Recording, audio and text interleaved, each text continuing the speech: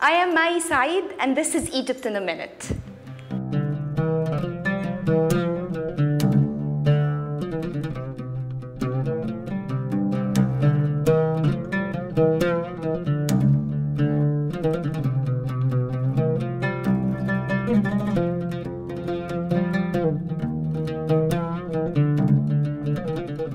Hello, here we arrived, and the question of today. How and why did the ancient Egyptians mummify their own bodies? Well, from the very beginning of their history, they believe in life after death. And that's why they work hard in order to invent the mummification process. The process was very complicated, but I'm afraid all the information we have today is not actually from ancient Egypt because they were keeping it as a secret. Only the priests would teach it to their families, and they would do the mummification process as a very high secret. And with everybody enjoying the mummification process, actually no money, no honey.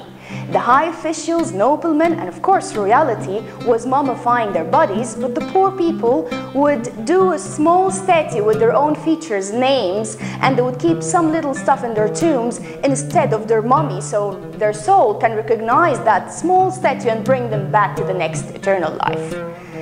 So the information we've got about the mummification process, from where? It's actually from the Greco-Roman period. We've got many historians were talking about the mummification process because it stayed as a very important one of the rituals after the death during the Greco-Roman period.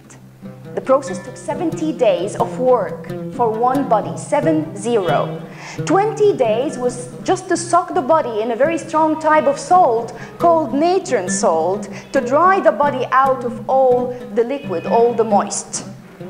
Of course, they would do this after they would make the cut, after they empty the body. They made a cut to the left side, they would have taken out all the internal organs and they would soak it in the salt separately, and they would take the brain out through the nose by a hook needle, and they would make a small hole at the back side of the skull. And after this, they would have stuffed the skull and both belly with lots of sheets of linen soaked in resins and different essential oils. After they dry the body, after soaking it in the natron salt 20 days, after keeping the shape by putting inside the belly the sheets of linen and returning the heart inside the body one more time, as it was a very important organ, while the rest of the organs they will keep in 4 canopic jars outside the body, and they will put it inside the tomb also because the dead person gonna need in the next life.